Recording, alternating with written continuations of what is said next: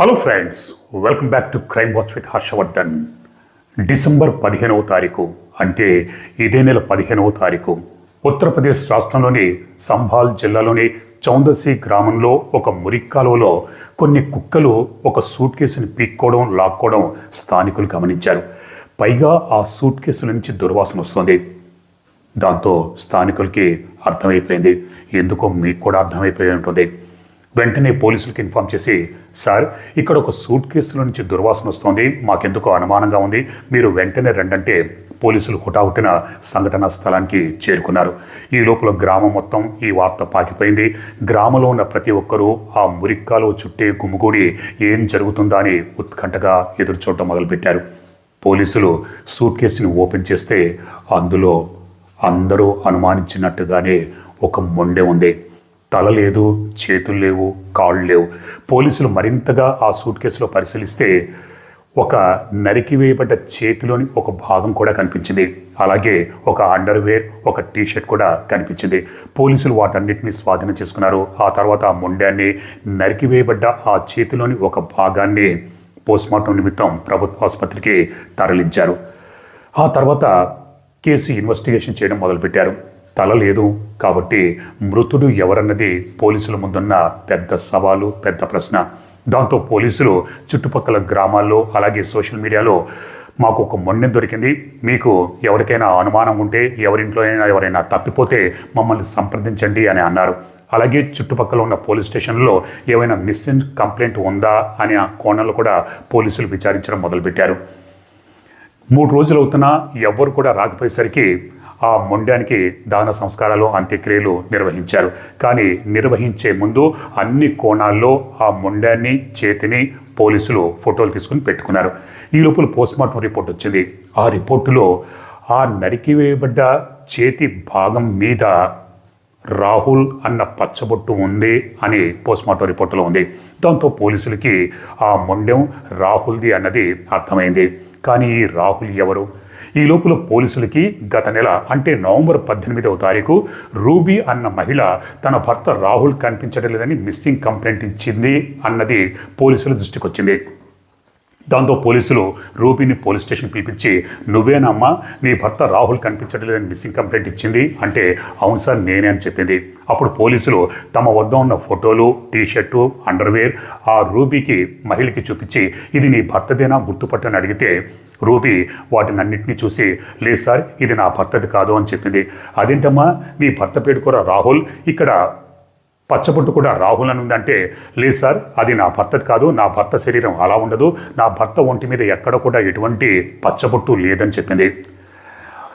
Inspector, సరేనమ్మా నీ phone ఒకసారి ఇస్తావా అంటే రూబీ ఫోన్ తీసుకున్నాడు. ఆ తర్వాత రూబీ ఫోన్ పరిశీలించడం మొదలుపెట్టాడు. గ్యాలరీలోకి వెళ్ళాడు. ఫోటోలన్నీ స్క్రోల్ చేస్తూ చెక్ చేస్తున్నాడు. అలా చెక్ చేస్తున్నప్పుడు ఇన్స్పెక్టర్ దృష్టి ఒక చోట ఆగిపోయింది. అది రూబీ తన భర్తతో దిగిన ఫోటో. అప్పుడు ఆ ఇన్స్పెక్టర్ రూబీతో, అదేంటమ్మా అబద్ధం ఎందుకు చెప్పావు? ఇక్కడ నీ భర్తతో దిగిన ఫోటోలో ఈ టీషర్టే నీ భర్త వేసుకుని ఉన్నాడు, సేమ్ టీషర్టు, సేమ్ కలరు, మరి అటువంటిది నీ భర్త కాదని ఎందుకు చెప్పావు అని అడిగేసరికి చలికాలంలో కూడా రూబీ మొహానికి చెమటలు పట్టాయి. దాంతో ఇన్స్పెక్టర్కి అర్థమైపోయింది సంథింగ్ రాంగ్ అని. అప్పుడు inspector ruby call data, CDR మొత్తం పరిశీలించాడు. పరిశీలిస్తే రూబీ కొన్ని నంబర్ల మీద చాలాసార్లు మాట్లాడినట్టుగా గుర్తించాడు. మరీ ముఖ్యంగా ఒక నంబర్ మీద చాలాసార్లు మాట్లాడినట్టుగా గుర్తించాడు.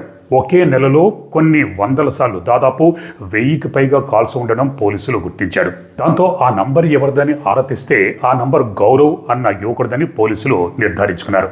అలాగే మరికొన్ని 3-4 నంబర్లు ఎవరైనా ఆధారిస్తే అవి కూడా కొంతమంది యువకులని పోలీసులు నిర్ధారించుకున్నారు. పోలీసులు రూబీ ఇరుగు పొరుగు వారిని, గ్రామంలో వారిని సంప్రదిస్తే రూబీ చాలామంది యువకులతో సంబంధాలు ఉన్నాయి, తన భర్త ఇంట్లో లేనప్పుడు రూబీ ఇంటికి ఎంతోమంది యువకులు వచ్చిపోతూ ఉంటారన్న సంగతి పోలీసులు తెలుసుకున్నారు. పోలీసులు ఈ గౌరవ్ అన్న యువకుడిని అదుపులోకి తీసుకుని ప్రశ్నిస్తే గౌరవ్ తనకేమీ తెలియదని చెప్పాడు. దాంతో పోలీసులు గౌరవ్ని, రూబీని సపరేట్గా విచారించారు. దాంతో ఇద్దరు పొంతలేని కథలు చెప్పారు.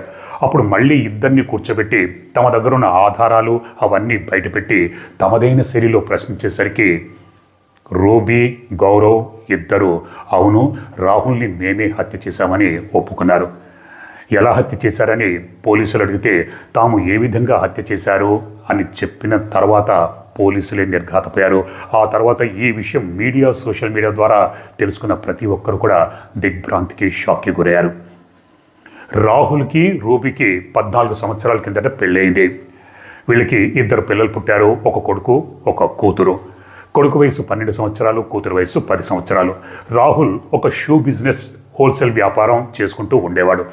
వ్యాపారం నిమిత్తం రాహుల్ ఒక్కొక్కసారి ఇంటి నుండి 1-2 రోజులు ఇంటికి దూరంగా ఉండేవాడు. ఇక్కడ రూబీ సోషల్ మీడియాలో యాక్టివ్గా ఉండేది. పైగా గ్రామంలో ఉన్న అనేక మంది యువకులతో రూబీకి సంబంధాలు ఉన్నాయి. రూబీ వాళ్ళతో గంటల తరబడి ఫోన్లో మాట్లాడుతూ ఉండేది. తన భర్త ఇంట్లో లేనప్పుడు ఆ యువకుల్ని ఇంటికి పిలిపించుకునేది, ఎంజాయ్ చేస్తూ ఉండేది.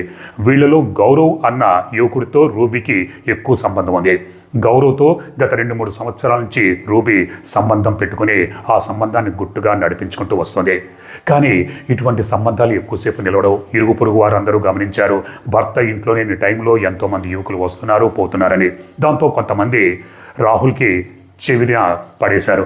ఒరేయ్, నువ్వు ఇంట్లో లేనప్పుడు నీ ఇంటికి ఎంతోమంది యువకులు వస్తున్నారు, నీ భార్యతో సంబంధాలు పెట్టుకుంటానంటే రాహుల్ మొదట్లో నమ్మలేదు. ఆ తర్వాత తన భార్య రూబీని ప్రశ్నిస్తే రూబీ అమాయకు ఫేస్ పెట్టి తనకేమీ తెలియదు, వాళ్ళందరూ ఫ్రెండ్స్, సరదాగా ఇంటికి వస్తున్నారు, వాళ్ళతో మాట్లాడుకుంటాను, నేనేమన్నా తప్పు చేస్తున్నానా అండి అని అమాయకంగా తన ప్రశ్నించింది. పాపం రాహుల్ మొదట్లో నమ్మలేదు. కానీ ఈ వార్తలు మాటిమాటికి తన చెవిన పడుతూ ఉండటంతో రెడ్ హ్యాండెడ్గా పట్టుకొని తన కంటితోనే చూడాలని నిర్ణయించుకున్నాడు. గత నెల అంటే నవంబర్ 18వ తారీఖు రాహుల్ తన భార్యతో నాకు అర్జెంటుగా బిజినెస్ పని పడింది, నేను బయటికి వెళ్తున్నాను, ఒక రోజంతా రాను అని చెప్పి ఇంటి నుంచి బయటపడ్డాడు. ఆ తర్వాత తన భార్యకి తెలియకుండా దొడ్డిదారి గుండా ఇంట్లోకి ప్రవేశించి ఒక రూమ్లో దాక్కున్నాడు. రూబీ తన భర్త వెళ్ళిపోయాడు, ఒక రోజంతా ఇంటికి రాడని గౌరవ్కి కాల్ చేసి ఈరోజు నా భర్త ఇంట్లో లేడు, ఒక రోజంతా రాడు, నువ్వు అర్జెంటుగా ఇంటికి వచ్చేయి, ఇద్దరం కలిసి ఎంజాయ్ చేద్దామని చెప్పేసరికి గౌరవ్ హ్యాపీగా ఇంటికి వచ్చాడు. ఇక్కడ గౌరవ్ కావచ్చు లేకపోతే మిగతా యువకులు ఇంటికి వచ్చినప్పుడు ఒకవేళ కూతురు ఇంట్లో ఉంటే ఖరీదైన చాక్లెట్ కూతురికిచ్చి ఇంటి బయట ఆడుకోమని చెప్పి భయపించేది. వీళ్ళు ఇంట్లో ఎంజాయ్ చేస్తూ ఉండేవాళ్ళు. ఆ రోజు అంటే నవంబర్ 18వ తారీఖు గౌరవ్ ఇంటికి వచ్చాడు. రూబీ, గౌరవ్ ఇద్దరు కాసేపు బెడ్రూమ్లో కూర్చుని కబుర్లు చెప్పుకున్నారు. ఆ తర్వాత ఇద్దరు శారీరక సంబంధం పెట్టుకోవడం మొదలుపెట్టారు. ఈ క్రమంలో ఒక గదిలో దాక్కున్న రాహుల్ నిజమా కాదా చూద్దామని చెప్పి ఆ గది నుంచి బయటకు వచ్చి బెడ్రూమ్లోకి అడుగుపెట్టాడు. ఎదురుగా తన భార్యని చూడకూడని స్థితిలో చూశాడు. కోపంతో రగిలిపోయాడు. తన భార్యతో ఇంతకాలం అందరూ చెప్తుంటే నేను నమ్మలేదు, ఇప్పుడు రెడ్ హ్యాండెడ్గా మీరు పట్టుబడ్డారు, నీ అంతు చూస్తాను, నీ బండారం మొత్తం బయట పెడతాను, నిన్ను బజార్లో నగ్నంగా నిలబెడతాను, దాంతో నీ కుటుంబము, నీ తల్లిదండ్రులు, నీ అన్నలు, తమ్ముళ్ళ పరువు అంతా పోతుంది, ఇక నేను ఉపేక్షించేది లేదని ఉగ్ర రూపం దాల్చాడు. రూబీ లేదండి, తప్పైపోయింది, ఇక మీదట ఇటువంటి తప్పులు చేయను, నన్ను క్షమించండి అని వేడుకుంది. ఇక్కడ గౌరవ్ కూడా నన్ను క్షమించండి అని వేడుకున్నాడు. కానీ ఆ ఇద్దరిని ఆ స్థితిలో చూసిన రాహుల్ కోపాన్ని తట్టుకోలేక లేదు, ఇంకా మిమ్మల్ని క్షమించేది లేదు, మీ బతుకంతా బజార్న పెడతానని రేపొద్దున మిమ్మల్ని అందరినీ నగ్నంగా నిలబెట్టి ఊరంతా ఊరేగిస్తూ అందరికీ చెప్తాను, చూడండి వీళ్ళు ఇంతకాలం నాకు తెలియకుండా వీళ్ళు సాగిస్తున్న భావతో నా భార్య అసలు రూపం చూడండి అని అందరికీ నేను చాటింపు వేస్తాను, చెప్తాను అని బెదిరించేసరికి ఇద్దరికీ ఏం చేయాలో పాలుపోలేదు. దాంతో గౌరవ్, రూబీ ఇద్దరూ ఒకరినొకరు చూస్తున్నారు. కళ్ళు కలుసుకున్నాయి. చుట్టూ చూస్తే పక్కనే మేకులు కొట్టే సుత్తి కనిపించింది. దాంతో రూబీ ఆ సుత్తిని తీసుకుని తన భర్త మీదకి దాడి చేసి తల మీద బలంగా కొట్టింది. గౌరవ్ కూడా పక్కనే ఉన్న రాడ్ తీసుకుని రాహుల్ తల మీద బలంగా కొట్టాడు. ఈ 2 దెబ్బలకి రాహుల్ నేల మీద పడిపోయాడు. ఆ తర్వాత ఇద్దరూ రాహుల్ మీద దాడి చేసి విచక్షణారహితంగా కొట్టి చంపేశారు. ఆ తర్వాత ఇప్పుడు ఈ డెడ్ బాడీని ఏం చేయాలి? డెడ్ బాడీని బయటికి తీసుకెళ్తే అందరూ చూస్తారు. దాంతో బయటికి వెళ్ళారు. బజార్లో ఒక చెక్కలు కోసే గ్రైండర్ని తీసుకొచ్చారు. దాంతో రాహుల్ డెడ్ బాడీని 6 ముక్కలుగా నరికేశారు. తలని మొండె నుంచి వేరు చేశారు. ఆ తర్వాత కాళ్ళు చేతులు నరికారు. ఇంట్లో 2 సూట్ కేసులు ఉన్నాయి. ఒక సూట్ కేసులో మొండెము, నరికేసిన చెయ్యి కొంత భాగాన్ని ఒక సూట్ కేసులో పెట్టారు. మిగతా తలని, కాళ్ళు, చేతుల్ని మరో సూట్ కేసులో కుక్కారు. ఆ తర్వాత మొండె ఉన్న సూట్ కేసుని ఆ రోజు రాత్రి బయటికి తీసుకెళ్లి 800 మీటర్ల దూరంలో ఉన్న కాలువలో పడేశారు. ఎందుకంటే మొండెం చూసి ఎవరు గుర్తుపట్టరు, తల లేదు కాబట్టి ఆ మొండెం ఎవరిది ఏంటన్నది పోలీసులతో సహా ఎవ్వరూ కనుక్కోలేరు. తాము ఈ కేసు నుంచి, చట్టం నుంచి, పోలీసు నుంచి తప్పించుకోవచ్చు అనుకున్నారు. ఆ తర్వాత తల, కాళ్ళు, చేతులు ఉన్న సూట్ కేసుని తీసుకొని ఒక క్యాబ్ మాట్లాడుకొని రాజ్ఘట్ దగ్గరికి ప్రయాణించి రాజ్ఘట్లో ఉన్న గంగా నదిలో ఆ సూట్ కేసుని పడేశారు. ఆ తర్వాత మరుసటి రోజు రూబీ ఏమీ తెలియనట్టు పోలీస్ స్టేషన్కి వెళ్ళి తన భర్త కనిపించడం లేదని మిస్సింగ్ కంప్లైంట్ ఇచ్చింది. దాదాపు నెల రోజుల తర్వాత ఆ సూట్ కేసు మురిక్కాలువలో ఉంటే కుక్కలు పీక్కు తింటూ ఉంటే, లాగుతూ ఉంటే గమనించిన స్థానికులు పోలీస్ కంప్లైంట్ ఇచ్చారు. దాంతో ఒక చెయ్యి నరికేసిన చేతి మీద పచ్చబొట్టు ఉండటంతో ఈ హత్యల గుట్టు రట్టయింది. రూబీ పోలీసులకి దొరికిపోయింది. పోలీసులు రూబీ పైన, రూబీ ప్రియుడు గౌరవ్ మీద కేసులు నమోదు చేసి జైలుకు పంపించారు. సరే, చట్టం తన పని తాను చేసుకుపోతుంది. కానీ ఇక్కడ రూబీ సాధించింది ఏమీ లేదు. నేను ఇంతకుముందు ఎన్నో వీడియోల్లో, ఎన్నో కేసుల్లో చెప్పినట్టు తన భర్తని చంపేసింది. జీవితాంతం చిప్పకొడు తినే పరిస్థితి జైల్లో తెచ్చుకుంది. అదృష్టం బాగుంటే ఉరిశిక్ష కూడా పడచ్చు. ప్రియుడిన జీవితాంతం కలవలేదు. ఇక అటు తిరిగి ఇటు తిరిగి నేను ఎన్నోసార్లు చెప్పినట్టు ప్రతి కేసులో కూడా 2 పిల్లలు ఇప్పుడు అనాథలైపోయారు. 12 సంవత్సరాలున్న కొడుకు, 10 సంవత్సరాలున్న కూతురు. తండ్రి హత్యకు గురయ్యాడు. తల్లి జీవితాంతం జైల్లో ఉంటుంది. ఇప్పుడు ఈ ఇద్దరి ఆలనా పాలన చూసేది ఎవరు అన్నది $1 మిలియన్ క్వశ్చన్. ఈ 10 సంవత్సరాల కూతుర్ని స్థానిక మీడియా, పోలీసులు అడిగితే, అవును, మా ఇంటికి ఎంతోమంది యువకులు వస్తూ ఉండేవారు. వాళ్ళు వచ్చినప్పుడు ఖరీదైన చాక్లెట్లు అవన్నీ తీసుకొచ్చి నాకు ఇచ్చి బయటికి వెళ్ళి ఆడుకోమనేవారు. నాకు తెలిసినా కూడా మా అమ్మ నన్ను బెదిరించేది. దాంతో నేను ఏమీ అనలేకపోయాను.